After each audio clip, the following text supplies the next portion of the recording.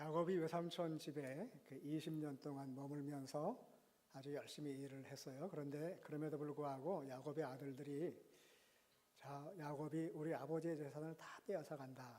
그런 말을 하는 것을 듣고 또 외삼촌 라반의 얼굴을 보니까 그 안색이 예전 같지 않은 그 모습을 보고서 야곱이 이제 내가 이곳을 떠날 때가 되었다. 이렇게 생각하고 있을 때 하나님께서 또 말씀하시기를 네가 이제 내 족속에게로 돌아가라. 내가 너와 함께 할 것이라. 그런 말씀을 하셨어요. 그래서 야곱이 이제 외삼촌의 집을 떠나기로 결정을 하고 오늘 본문 말씀을 보면 외삼촌의 집을 떠나는 그런 모습을 볼 수가 있습니다. 그래서 오늘 그 17절 이하에 있는 말씀을 보면 자식들과 아내들 모든 가축들을 이끌고 이제 길을 떠나는데 근데 그 야곱이 외삼촌의 집을 떠날 때 그냥 자식들과 가축들, 처자식들 데리고 그렇게 떠나면 됐는데 라헬이 야곱의 아내 라헬이 몰래 들어가서 그 아버지가 섬기던 그 우상 가운데 하나죠. 그걸 드라빔이라고 하는 그 신상을 훔쳤어요. 그래서 오늘 말씀에도 보면 19절에 그의 아버지의 드라빔을 도둑질했다. 야곱이 라반한테는 외삼촌한테는 제가 이제 떠나겠습니다. 그런 말을 하지 않고 그냥 조용히 가만히 몰래 떠났다는 거예요. 그러니까 왜 외삼촌한테 자기가 작별 인사를 하고 그러고 떠나면 좋았을 텐데 몰래 그렇게 떠났을까? 왜 그러냐면 틀림없이 아마 그 외삼촌 라반은 야곱이 떠나겠다고 하면 붙들었을 겁니다. 그러니까 야곱이 몰래 이제 그 집을 떠납니다. 그런데 언제냐 하면 그때가 양털을 깎아내는 그런 때였어요. 그 양을 털을 깎아내는 그때 매번 양털을 깎는 게 아니라 그 때가 있잖아요. 그래가지고 어떻게 보면 굉장히 바쁜 때예요. 그 양털을 깎기 위해서 라반은 자기 양떼에 있는 곳에 머물고 있었어요. 야곱은 이제 외삼촌이 있는 그 양떼가 있는 그곳과는 한 사흘길 떨어진 곳에 있었어요. 그래가지고 야곱이 자기 식구들을 데리고 그렇게 어떻게 보면 아주 큰 무리가 움직이는 건데 그 가축이 얼마나 많겠어요. 처자식들과 함께 그렇게 길을 떠났는데도 몰랐다는 거예요. 그러다가 언제 알게 됐냐면은 사흘이 지난 다음에 알았어요. 왜 사흘이 지난 다음에 알았냐 하면요. 야곱과 라반이 있는 그 곳이 사흘길 거리가 있었다는 거예요. 왜 사흘길 거리가 있었냐? 왜 그렇게 떨어져 있었냐? 아마 여러분들 다 기억하실 거예요. 아마 한 분도 빠짐없이 다 기억하는 것으로 제가 알고 있는데 그 야곱이 라반에게 가서 앞으로 양이 새끼를 낳고 염소가 새끼를 낳으면 검은 거나 점 있는 것이 나오면 다 내가 갖고 그냥 정상적으로 그냥 흰 것들이 나오면 그러면 삼촌이 가지십시오. 그렇게 하기로 결정을 했죠. 그렇게 결정을 했어요. 그랬는데 이 라반이 욕심이 많아서 혹시라도 야곱이 몰래 자기 양떼에게 와가지고 그 점박이나 검은 것 이런 것들을 가져다가 야곱의 양과 교미를 시키면 그러면 새끼를 베게 하면 그러면 또 검은 것이나 얼룩얼룩한 것이 나올 수 있지 않겠는가 그 염려를 해서 혹시라도 야곱이 외삼촌 라반의 양떼 근처 가까이 오지 못하게 하기 위해서 사흘길을 떨어지게 했다는 거예요. 그 기억나시죠? 기억 안 나시는 분들은 이렇게 흔들고 나시는 분들은 가만히 계셔 보세요. 다 기억나시죠? 그러니까 누가 그렇게 사흘길을 떨어지게 했냐면은 라반이 그렇게 했어요. 왜냐하면 자기가 조금이라도 더 많은 그 양떼와 그 염소떼를 가축을 갖기 위해서 꾀를 내서 야곱에게 사흘길을 떨어져서 그 양떼를 치도록 그렇게 했단 말이에요. 그랬는데 바로 그 일로 인해 가지고 야곱이 도망치는 것도 라반이 알지 못하고 사흘이 지나서야 알게 됐다는 거예요. 왜? 사흘길 떨어져 있으니까. 에이, 사흘길 떨어져 있다고 그거 모르겠어요? 그냥 아버지, 지금 야곱이 지금 그 자기 처자식들 데리고 도망갔습니다. 그 아들이 그냥 카톡 하나 넣으면 될 텐데. 전화를 하든지. 그 당시에는 기별을 하려면 다 걸어가서 사람이 그 기별을 해야지만 됐어요. 그러니까 아들들이 만약에 알았다 할지라도 아버지에게 사흘길 떨어져 있는 아버지에게 그 소식을 전하려면 사흘을 걸어가야지만 그 소식을 전할 수 있다는 거예요. 그렇죠. 그래서 사흘이 지난 다음에야 라반이 야곱이 자기 몰래 도망간 것을 알게 되었다 하는 거예요. 여러분 이 사실을 생각을 하게 되면 이 하나님께서 우리들에게 하시는 모든 일들은 우리가 행한 대로 그 결과를 얻게 하시는구나. 다시 말하면 평상시에 우리가 행한 일들의 대가를 우리들이 갖게 하신다는 거예요. 그게 하나님의 섭리 가운데 하나예요. 우리가 평상시에 어떤 모습으로 살았느냐 하는 것에 따라서 하나님께서 우리에게 똑같이 행하신다는 거죠. 민수기 14장 28절인가의 말씀을 보면 조금 후에도 똑같은 말씀이 나오는데 이스라엘 백성들이 자꾸 하나님 앞에 불평을 하니까 하나님께서 그 불평 소리를 들으시고 너희의 말이 내 귀에 들린 대로 내가 너희에게 그대로 행하리라. 그런 말씀하셨어요. 말뿐만이 아니라 우리들의 평상시의 삶의 모습도 우리가 어떻게 살아가느냐 하는 것에 따라서 하나님께서 우리 삶의 그 모습 그대로 하나님께서 우리들에게 갚으신다는 거예요. 라반이 자기가 꾀를 내어서 자기가 조금 더 가기 위해서 그 자기 조카와의 거리를 그렇게 사흘길이나 떨어지게 만들어 놓으니까 결국은 그것 때문에 자기 조카가 길을 떠나는 것도 알지 못한, 도망가는 것도 알지 못한다는 거예요. 결국은 라반이 행한 그대로 자기가 받는 거예요. 내가 행한 대로 받는다는 거죠.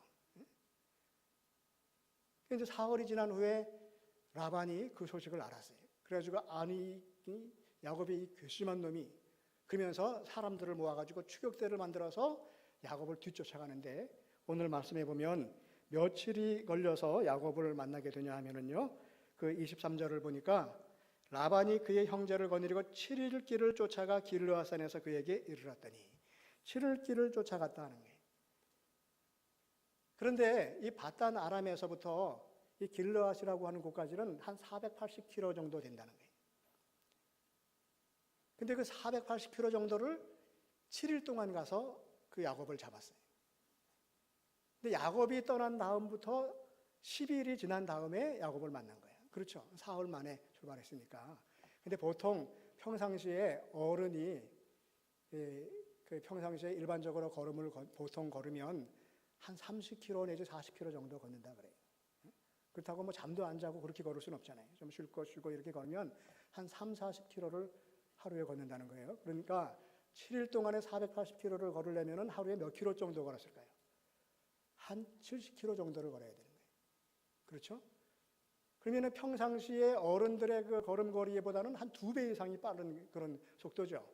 라반이 왜 이렇게 그냥 속력을 내가지고, 왜 이렇게 아주 그냥 그 빨리 그 야곱을 추격해 왔을까? 왜 그랬을까요? 사흘 차이가 있으니까 빨리 가야지만 됐고, 그리고 이 라반이 분개하는 마음이 있었던 것 같아요. 이놈의 자식 잡히기만 해봐라 말이에요. 빨리 잡아가지고 혼쭐을 내고 싶고, 그리고 어떤 면에서는 야곱을 죽이겠다고 하는 그런 마음도 아마 가졌던 것 같아요. 그러니까 그냥 분노 때문에 열심히 쫓아갔어요. 그래가지고 결국은 이제 야곱을 만나게 됩니다. 야곱을 만나는데 그 야곱을 만나기 바로 하루 전에, 야곱을 따라잡기 하루 전에 라반이 꿈을 꾸는데 그 꿈속에 하나님께서 나타나셔서 7일 길을 갔다고 하니까 뭐 잠은 자야 되잖아요. 그죠?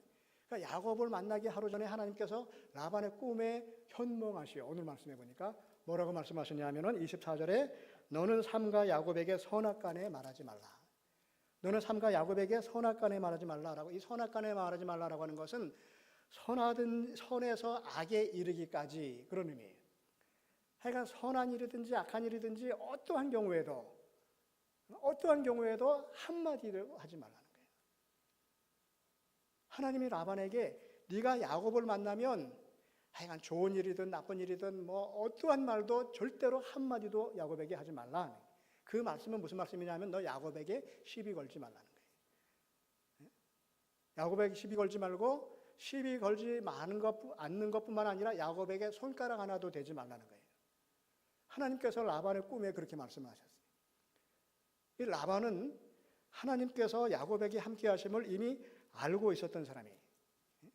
그래서 전에 야곱이 자기 밑에서 양을 칠 때 그 되어지는 모습을 보면서 이 라반이 어떤 고백을 한 적이 있냐면 라반이 야곱에게 말하기를 여호와께서 너로 인하여 내게 복을 주신 것을 내가 아노라. 하나님이 야곱에게 복을 주시는 자인 것을.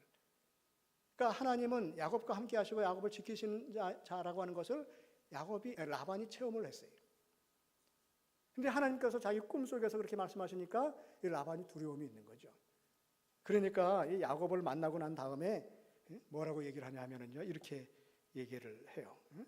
26절 이하에 보면 라반이 야곱에게 이르되 내가 나를 속이고 내 딸들을 칼에 사로잡힌 자같이 끌고 갔으니 어찌 이같이 하였느냐. 내 딸들을 칼에 사로잡힌 자같이 끌고 갔다는 것은 마치 포로 끌고 가는 것 같이 끌고 갔다는 거예요. 사실은 그렇지 않죠. 그리고 내가 즐거움과 노래와 북과 수금으로 너를 보내겠거늘 어찌하여 내가 나를 속이고 가만히 도망하고 내게 알리지 아니하였느냐. 내가 내 손자들과 딸들에게 입맞추지 못하게 하였으니 내 행위가 참으로 어리석도다. 야, 네가 나한테 이야기를 하고 갔으면 내가 북과 수금으로 너를 잔치하면서 너를 잘 보내줬을 텐데 왜 이야기도 하지 않고 그렇게 부랴부랴 마치 포로 끌고 가는 것처럼 그렇게 갔느냐. 그렇게 얘기를 하는 거죠. 사실은 라반이 야곱을 만나면 한바탕 하고 그냥 뭐 죽이고 싶은 그런 생각이 있었는데, 근데 말을 이렇게 아주 그냥 유하게 이렇게 한단 말이에요. 왜 그랬을까요? 하나님이 말씀하시잖아요. 야곱에게 손가락도 대지 마. 그렇게 말씀하셨어요. 근데 하나님이 왜 야곱을 이렇게 지키시는가? 왜 그럴까요? 야곱에게 하나님께서 약속을 하셨는데요. 우리 지난번 31장 3절 말씀만 보더라도 28장 15절에서도 말씀하셨지만 여호와께서 야곱에게 이르시되 내 조상의 땅 내 족속에게로 돌아가라. 내가 너와 함께 있으리라. 내가 너를 지킬 것이라는 거예요. 그 약속을 하셨기 때문에 하나님이 라반의 꿈속에 나타나셔서 그에게 말씀하시면서까지라도 야곱을 지키시는 거예요. 그러니까 이 라반은 자기 성질대로 하면은 혼쭐을 내고 싶은데 하나님의 말씀이 기억이 나니까 아주 유한 목소리로 야, 너 그냥 이 얘기라도 좀 하지. 그러면 내가 잘 보내줬을 텐데 어떻게 네가 그냥 몰래 도망가느라고 내가 손주들에게도 입맞춤도 못하고 그렇게 떠나게 만드느냐 말이야. 그렇게 얘기를 해요. 그러면서 29절 말씀해 보니까 너를 해할 만한 능력이 내 손에 있으나 너희 아버지 하나님이 어젯밤에 내게 말씀하시기를 너는 삼가 야곱에게 선악간에 말하지 말라 하셨느니라. 너를 해할 만한 능력이 내게 있다. 그러니까 라반은 야곱을 죽이려면 죽일 수도 있었던 사람이에요. 그죠? 아마 죽이고 싶은 생각도 있었는지 몰라요. 그러나 하나님께서 말씀하셨다는 거예요. 그러면서 이제 내가 내 아버지 집을 사모하여 돌아가려고 하는 것은 옳거니와 어찌 내 신을 도둑질하였느냐. 지금 라헬이 드라빔을 훔쳐가지고 갔잖아요. 근데 이 드라빔이라고 하는 것은 그 반신상, 이렇게 그 사람 이렇게 뭐 상반신 정도 절반의 그 형상을 나무로 조각해서 만들어 놓은 신상이에요. 대부분은 나무로 조각해서 만드는데 돈 있는 사람들은 은으로 그 신상을 만들기도 해요. 그래서 이 드라빔이라고 하는 그 신은 우상인데 이게 어떤 역할을 하는 우상이냐 하면은요. 원래 이 드라빔이라고 하는 말이 라파라고 하는 그 히브리어 단어에서 나왔다. 라파라고 하는 것은 어떤 의미냐면은요. 여호와 라파 그러면 뭐예요? 치료하시는 하나님이잖아요. 그죠? 그러니까 이 라파라고 하는 것이 치료한다, 고친다라고 하는 뜻이 있어요. 그래서 그 드라빔, 테라핌 그렇게 얘기를 하는데 이 라핌이라고 하는 말은 고친다, 치료한다는 그런 의미가 있는 거예요. 그래서 이 드라빔이라고 하는 우상은 사람들을 이렇게 치료하고 고치고 보호해주는 역할을 하는. 그러니까 어려운 가운데서 지켜주는 그런 그 역할을 하는 그런 우상이라고 알고 있는 거예요. 그리고 또 이 드라빔을 가지고 있는 사람이 그 부모의 재산을 상속받을 수 있는 권리가 있었어요.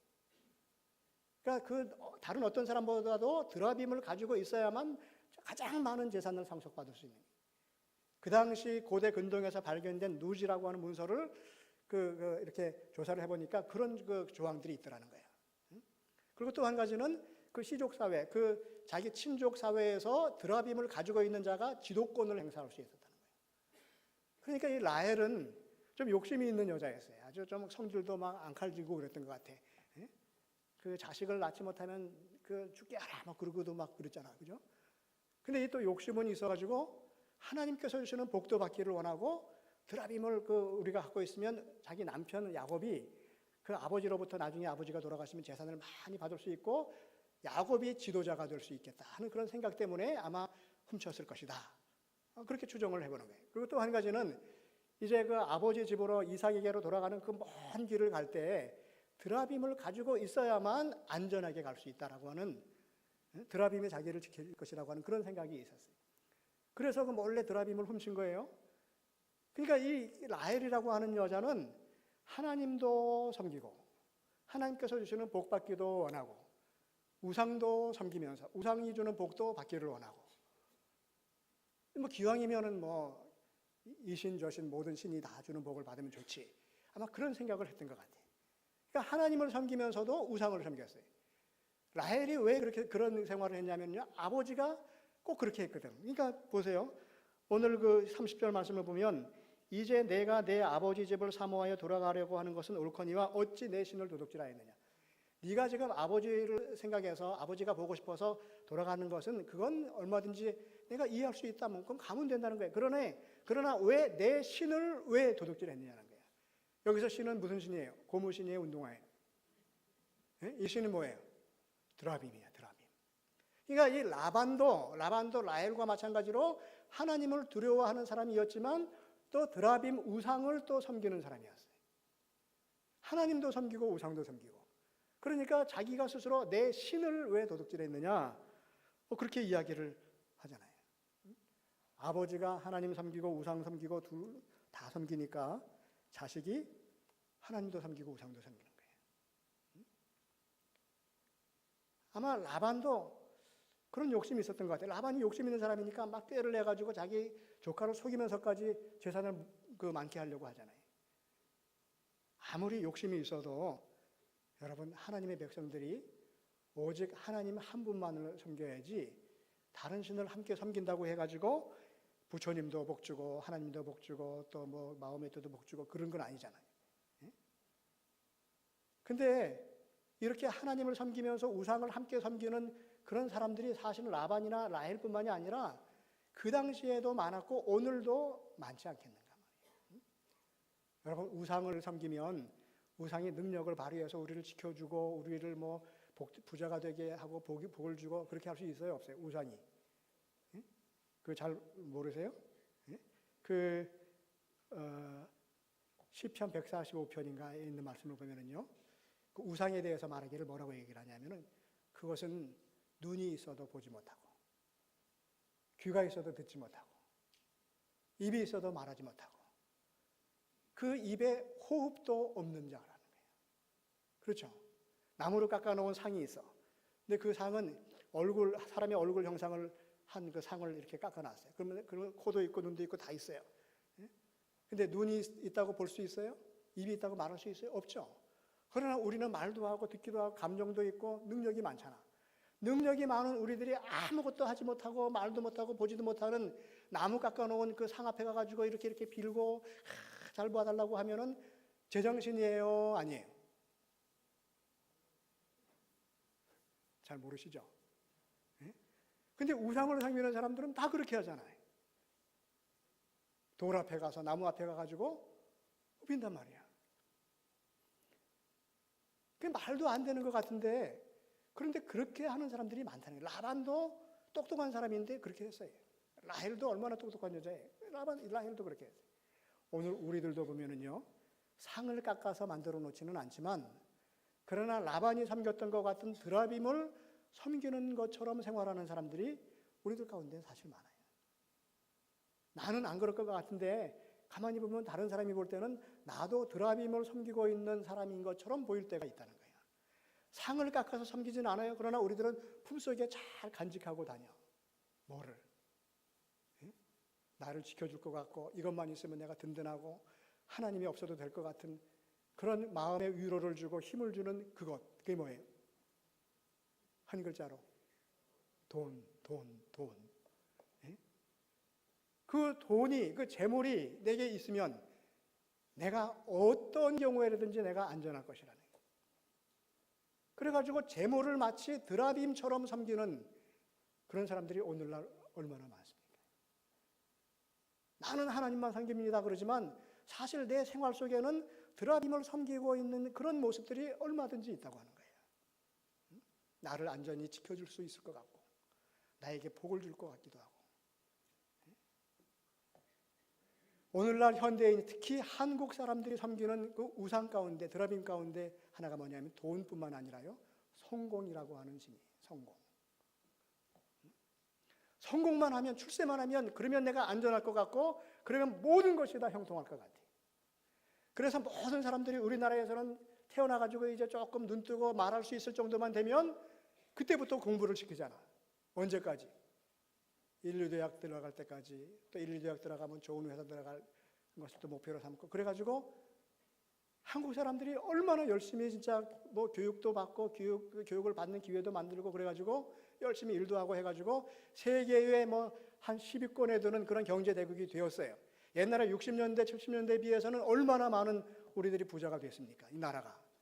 근데 옛날에 한 60년대, 70년대보다도 우리들이 더 행복해요? 아니면 그렇지 못해요? 절대로 더 행복하지 않아요. 어떤 영국 사람이 한국에서 한 15년 살다가 그가 책을 썼어요. 그 책 이름이 뭐냐면은 기적을 이룬 나라, 기쁨을 잃은 나라. 기적을 이룬 나라이면서 동시에 기쁨을 잃어버린 나라라는 거예요. 자기도 한국에서 한 10년 넘게 살다 보니까 자기도 어느새 한국 사람들처럼 그냥 열심히 일을 하고 쉴 틈이 없이 움직이고 그렇지 않으면 막 조금 안절분절하는 그런 모습으로 바뀌었대요. 자기도 모르게. 뭘 위해서 그렇게 해요? 성공을 위해서. 성공하기 위해서. 성공을 해야 돈도 생기고 돈이 있어야 내가 안전히 거할 수 있을 것 같고.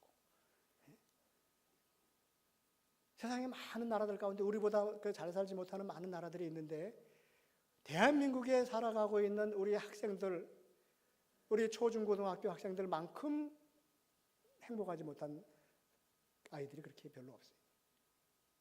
조사를 해보니까 우리 한국의 고등학생들한테 행복하냐 물어보니까요, 행복하다고 얘기하는 사람은 거의 없다는 거예요. 우리나라가 OECD 국가 중에서 끝까지 벌써 한 10여 년 동안 한 번도 2위 자리를 놓치지 않고 1위를 고수하고 있는 놀라운 그 업적이 있어요. 그게 뭔 줄 알아요? 자살하는 율이 최고라는 거예요. 한 번도 2위를 내린 적이 없대요.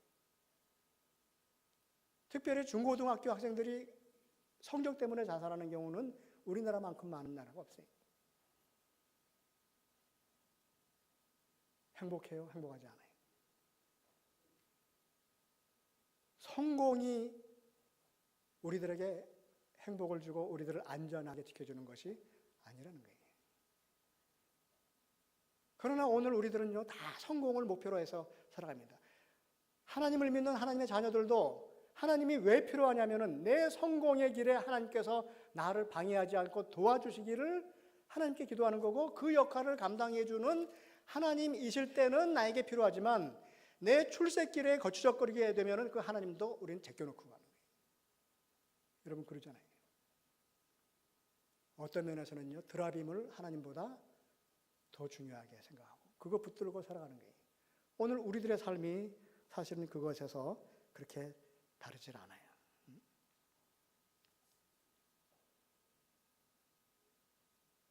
우리들이 바라보는 그 소망을 바꿔야지만 돼요. 우리의 생각을 바꿔야 돼요. 그래서 어떤 사람들은요, 요즘엔 그런 젊은이들이 많아요. 예전에는 그런 얘기하는 사람이 한 사람도 없었어. 다 성공하고 싶은데, 다 뭐 이렇게 잘 되고 싶은데, 근데 그 자기들이 갖고 있는 그 기대치가 거의 도달하기 불가능한 기대치를 다 만들어 놓는다는 거예요. 우리 부모들도 시작을 해서 다 그런 기대치를 만들어 놓는 거예요. 다 1등 하기를 원하고, 다 판검사 되기를 원하고, 뭐 다 대기업 들어가기를 원하고, 그런데 그건 몇 명밖에 안 되거든. 그건 다 그걸 바라보는 거예요. 그러니까 요즘에는 젊은 사람들 가운데 나는 성공하지 않기로 했다는 거예요. 나는 성공을 바라보지 않는다는 거예요. 부자 되는 꿈도 꾸지 않아요. 그게 뭐 자포자기해서만이 아니라 이제는 그 삶의 방향을 바꾸는 거예요. 아, 이렇게 해서 내가 살아가는 것은 아니구나. 그래가지고 성공이 내 삶의 방향이 아니라는 거예요. 목표가 아니라는 거예요. 자기의 삶의 목표를 수정하는 거야. 여러분, 우리 믿는 사람들도 좀 생각을 해볼 필요가 있어요. 진짜 내가 여호와 하나님만을 바라보고 이제까지 살아왔는지, 아니면은 성공을 위해서 나를 도와주시는 그 하나님을 바라보고 살아왔는지, 우리를 안전하게 지키시는 분은 오직 여호와 하나님 한 분뿐이시지, 성공했다고 해서 반드시 안전하고 반드시 행복한 건 아니에요. 아무리 내가 능력이 있고 성공할 수 있는 그런 여건이 된다 할지라도 하나님께서 허락하시지 아니하시면 안 돼요. 여러분, 사람이 이렇게 물에 들어가서 빠져 죽으려면요, 깊은 물에 들어가야지 빠져 죽죠. 요만큼밖에 깊이가 안 돼. 근데 그런 물에 들어가서 죽어요, 안 죽어요? 죽더라고. 제가 옛날 저희 교회에 있을 때요, 그때 제1남선교회 어른들이, 지금 마찬가지, 우리 교회 마찬가지로 제1남선교회 그러면은 연세가 제일 많은 어른들의 그 자치회였어요. 그분들이 그 계곡으로 야유회를 갔어. 그 물에 들어가가지고 그 수영하시는 것도 아니죠. 그냥 이렇게 물에 들어가가지고 그냥 그 장난하시는 게 이게. 그 다른 분들은 이렇게 바위에 앉아 있고, 그런데 앞에서 뭐 하다가 어르신 한 명이 죽었어요. 깊은 물이 아니라 요거밖에 안 되는 물에서. 그래서 난리가 났었어. 제가 그때 알았어요. 아, 이 접신물에 빠져 죽는다고 하는 게 이런 거구나. 깊은 바다에 빠졌는데요, 일주일 열흘이 지난 다음에 발견이 돼가지고 다시 살아나는 사람도 있어.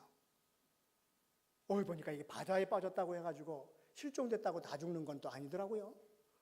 어떤 사람은 지나가다가 바람에 떨어지는 간판에 맞아 죽는 사람도 있지만, 무너지는 백화점 속에 있다가 돌무더기에 쌓여가지고 열흘 동안 갇혀 있다가도 다시 살아나는 사람도 있더라고. 그래요, 안 그래요? 그런 일 있었어요, 없었어요? 있었잖아요. 꼭 위험한 환경에 처해 있어야만 위험을 당하는 것이 아니더라는 거예요. 모든 좋은 조건을 다 갖추고 있다고 해가지고 항상 안전한 것이 아니더라는 얘기예요. 라반이 아무리 야곱을 10번을 속이고 100번을 속여서 자기가 부자가 되려고 하더라도 하나님께서 허락하시지 아니하시니까 안 되더라는 얘기예요. 우리를 지키시고 인도하시는 분은 드라빔이 아니고 출세나 성공도 아니고 돈도 아니고 오직 여호와 하나님이시라는 거예요. 근데 라반도 나중에 보면은요, 그의 모습 속에서 이제 그걸 자기가 알아가요. 오늘 또 이 말씀을 보면 그 라반이 이제 그 야곱의 그 장막에 도착을 한 다음에 야곱을 만난 다음에, 아까 너 왜 내 신을 훔쳐갔느냐 그랬잖아요. 그러니까 이 라반이 야곱을 쫓아오는 것은 야곱이 자기가 도망갔다고 해서 그런 그냥 괘씸한 마음도 있지만, 또 한 가지는 드라빔 찾기 위해서 또 일부러 빨리 찾아온 거예요. 근데 야곱이 우리 가운데 왜 삼촌의 드라빔을 우리들이 가져옵니까? 한번 마음대로 찾아보십시오 말이에요. 그랬더니 이 라반이 들어가서 그 장막장 텐트마다 돌아다니면서 다 찾았는데 못 찾았어요. 근데 라헬의 텐트 속에 들어갔는데 라헬이 낙타에 이렇게 안장에 앉아 있는 거예요. 오늘 우리들이 읽지는 않았지만 뒤에 있는 말씀을 보면은 그 34절에 라헬이 그 드라빔을 가져 낙타 안장 아래에 놓고 그 위에 앉은지라. 라반이 다 찾다가 못 찾았는데 이제 그 라헬의 장막을 뒤져도 없어. 근데 라헬이 먼저 얘기를 하는 거죠. 아버지, 제가 지금 생리 중이라서 제가 이 안장에서 일어날 수가 없어요. 움직일 수가 없으니까 좀 양해해 주십시오. 근데 이 라헬이 그 드라빔을 갖다가 그 안장 아래에다가 숨기고 그걸 깔고 앉았다는 거야. 이 세상에 무슨 신을 자기가 깔고 앉는 사람이 어디 있나? 결국은 못 찾았어요. 근데 이 야곱은 라헬이 자기 부인이 드라빔을 훔쳤다고 하는 것은 꿈에도 생각하지 못했지. 그래서 자신 있게 이야기를 하는데 32절 말씀을 보면은요, 외삼촌의 신을 누구에게서 찾든지 그는 살지 못할 것이라고. 그는 죽을 것이라는 거예요. 만약에 누가 갖고 있다면 그는 죽이겠다는 거죠.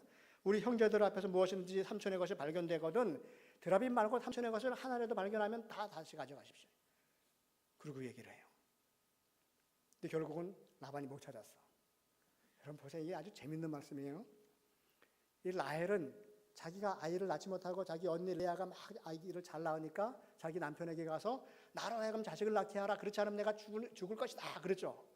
기억나요? 안 나요? 네. 그랬는데 그때는 자기가 죽겠다 그랬어.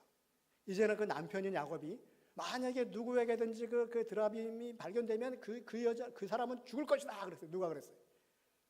자기 남편이 그랬어. 결국은 죽었잖아.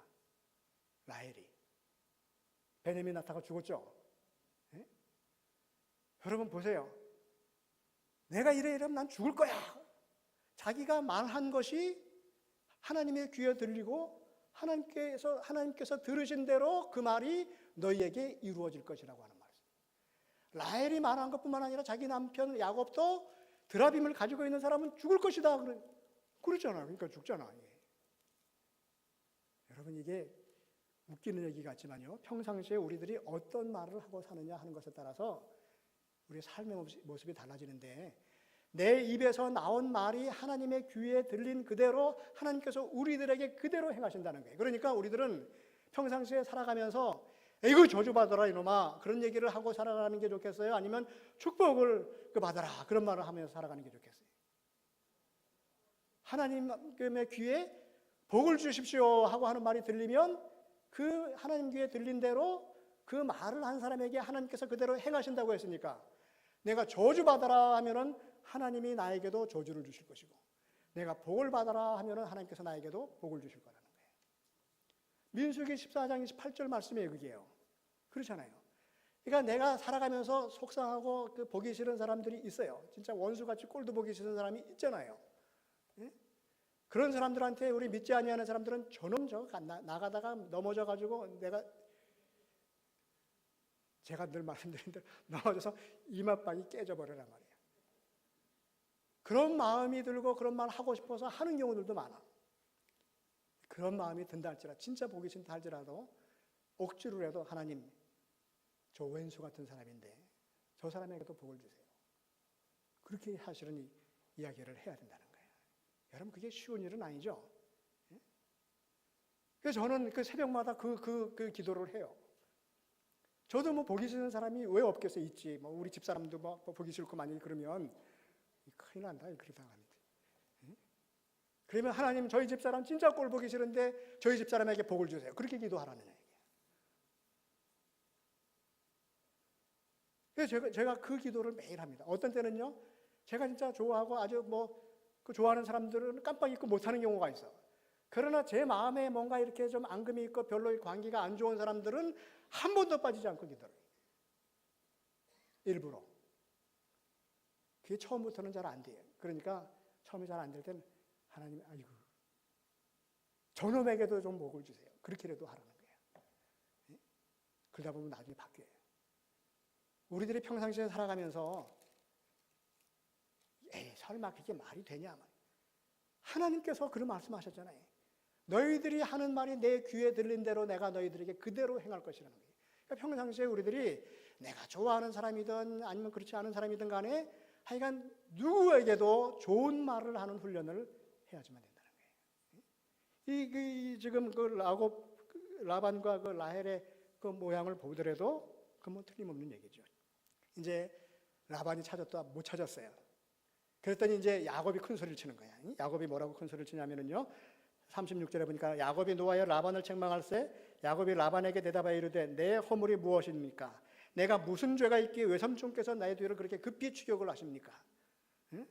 그러면서 야곱이 자기가 이제까지 20년 동안 외삼촌 밑에서 얼마나 열심히 일을 했는지 그 얘기를 쫙 하고 있어요. 38절 말씀해 보니까 내가 20년을 외삼촌과 함께 거하였거니와 외삼촌의 암양들이나 암염소들이 낙태하지 아니하였고 내가 양떼를 치면서 내가 가축을 치면서 내가 치는 양이나 염소는 한 마리도 낙태하지 않게 했다는 거예요. 대단한 일이죠. 그리고 그때는 목자들이 양을 치면서 자기가 배고플 때는 그 순양은 잡아먹을 수 있게 아마 되었던 것 같아요. 그런데 나는 이제까지 순양 한 마리도 내가 먹은 적이 없다는 거예요. 그리고 혹시라도 짐승이 와서 양을 물어 찢어 가거나 도둑놈이 와가지고 그 가축을 훔쳐가면 내가 다 변상을 했다는 거예요. 그러면서 40절 말씀을 보니까 내가 이와 같이 낮에는 더위와 밤에는 추위를 무릅쓰고 눈붙일 겨를도 없이 지냈나이다. 내가 외삼촌을 위해서 그 폭염 속에서도 그 추위 속에서도 하룻밤 눈도 제대로 붙이지 못하고 이렇게 내가 열심히 일을 했는데 외삼촌 나한테 왜 그래요? 나한테 왜 그래요? 여러분 그렇지 않아요. 그러면서 또 뭐라고 얘기를 해요? 41절에 보니까 내가 외삼촌의 집에 있는 이 20년 동안 외삼촌의 두 딸을 위하여 14년, 외삼촌의 양떼를 위하여 6년을 외삼촌에게 봉사하였거니와 외삼촌께서 내 품삯을 10번이나 바꾸셨습니다. 삼촌은 내가 이렇게 열심히 진짜 꾀부리지 않고 열심히 했는데 나를 속이면서 10번이나 그 계약을 바꾸고 나를 속이지 않았느냐 말이에요.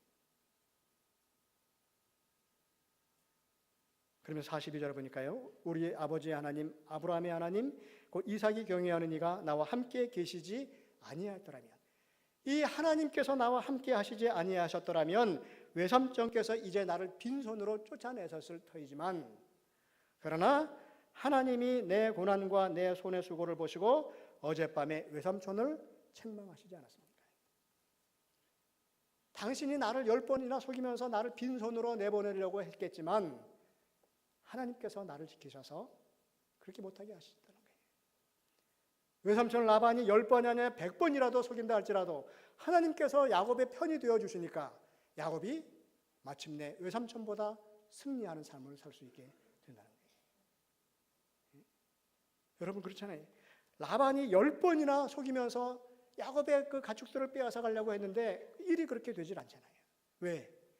하나님께서 지키시기 때문에 그래요. 여러분 아무리 우리들이 참 큰 고난 가운데 있다 할지라도, 내 삶의 형편이 너무나도 답답하다 할지라도 하나님께서 내 편이 되어주시면 우리의 삶의 모습이 달라질 수 있습니다. 세상 사람들은 그렇게 생각 안 해요. 내가 열심히 노력해서 좋은 대학 가고 내가 이루어야만, 내가 출세해야만, 내가 성공해야만 내가 안전할 수 있다고 생각해요. 그러나 그렇지 않잖아요. 여러분 이제까지 내가 열심히 노력을 하고 땀 흘리며 수고했는데 내 뜻대로 된 것이 몇 번이나 있습니까? 내가 지키는 게 아니에요. 하나님께서 지키시는 거예요. 그래서 사도 바울은 로마서 8장에 이런 말씀을 하세요. 누가 우리를 그리스도의 사랑에서 끊으리요? 환난이나 곤고나 박해나 기근이나 적신이나 위험이나 칼이랴. 그러나 이 모든 일에 우리를 사랑하시는 이로 말미암아 우리가 넉넉히 이기느니라. 아무리 큰 곤고나 박해나 기근이나 적신이나 어떠한 위험이 있다 할지라도 하나님께서 우리를 지키시면 우리가 넉넉히 이긴다는 거예요. 또 이어서 38절, 39절 말씀에는 이렇게 기록을 했습니다. 우리 한번 같이 읽겠습니다. 내가 확신하노니 사망이나 생명이나 천사들이나 권세자들이나 현재일이나 장래일이나 능력이나 높음이나 깊음이나 다른 어떤 피조물이라도 우리를 우리 주 그리스도 예수 안에 있는 하나님의 사랑에서 끊을 수 없으리라. 그 세상 무엇도 우리를 우리 주 예수 안에 있는 하나님의 사랑에서 우리를 끊을 수 없다고 하는 것은요, 떨어뜨려 놓을 수 없다는 거예요. 하나님이 우리를 사랑하시기 때문에 아무리 큰 곤란이나 환난이 온다 할지라도 그 고난이나 환난이 우리를 하나님께로부터 떨어뜨려 놓을 수 없다는 거예요. 분명한 사실은 세상을 이기려면 우리들이 출세하고 성공하고 돈을 많이 벌어야 이기는 것이 아니라 하나님께서 지켜주셔야만 우리들이 넉넉히 세상을 이길 수 있다는 거예요. 분명한 사실은 나를 사랑하시는 하나님께서 내 편이 되어주신다는 거예요. 하나님은 내 편이시라는 거예요. 하나님이 내 편이시기 때문에 하나님이 나를 항상 눈동자와 같이 지키신다는 거예요. 그것이 바로 아무리 그 세상이 변한다 할지라도 변하지 않는 틀림없는 사실이에요. 우리 한번 따라합시다. 하나님은 내 편이십니다. 정말로 그렇습니까? 네? 여러분 신명기 32장에 보면은요, 하나님께서 자기의 눈동자처럼 우리를 지키신다 그랬어요. 그게 무슨 말이에요? 제가 새벽기도 때는 말씀드렸는데 눈동자와 같이 우리를 지키신다는 거예요. 보호하신다는 거예요. 우리들이 늘 기도할 때도 그렇게 기도하고요. 하나님께서 눈동자와 같이 나를 지키세요. 그렇게 얘기하는데 그게 뭔데요? 모르는데? 네? 눈동자와 같이 지키시는 게 어떻게 지키시는 거예요? 여러분 우리 신체 중에 우리 신체 기관 가운데 뭔가를 보호하려고 꼬풀이 달린 것은 딱 하나밖에 없어요. 네? 제 손에 손꼬풀 달렸어요? 발가락 보호한다고 발가락 꼬풀이 있어요? 무슨 꼬풀이 있어요? 눈꺼풀은 있잖아. 눈꺼풀은 뭘 보호하는 거야? 눈알. 네? 좀 고상한 말로 우리 눈동자를 보호하는. 눈동자는 가장 예민하고 연약한 부분이, 가장 중요한 부분이. 그러니까 눈꺼풀을 덮어서라도 보호해야지만 되는 거예요. 손바닥은 손바닥 거풀 없어도 된단 말이에요. 하나님께서 가장 예민하고 가장 연약하고 가장 중요한 그 눈동자를 지키시는 것처럼 우리를 지키신다는 거예요. 그게 변함없는 사실이에요. 그래서 우리들이 그 사실만, 그 말씀만 분명하게 믿고 기억할 수 있다고 한다면 내가 어떠한 형편에 있어도 아무리 힘들고 진짜 그 곤란한 지경에 있다 할지라도 우리들이 소망을 가질 수 있고 그리고 담대하게 당당하게 살 수 있어요. 여호와 하나님이 나를 지키시는 분이라는 거예요. 성공이 나를 지키는 것이 아니라 하나님이 나를 지키십니다. 그 사실을 늘 기억하고 또 믿는 가운데 당당하게 힘차게 살아갈 수 있는 저와 여러분 되기를 간절히 바랍니다. 하나님 아버지, 아무리 큰 고난과 어려움 가운데 있을지라도 나를 사랑하시는 하나님께서 나를 지키시고 인도하심을 믿고 담대하게 살아갈 수 있도록 인도해 주옵소서. 내 편이신 하나님께서 늘 내 삶 가운데 친히 들어오셔서 간섭하시고 인도하여 주심을 믿고 살아가는 우리들 되게 하여 주옵소서. 우리 주 예수 그리스도의 이름으로 기도합니다.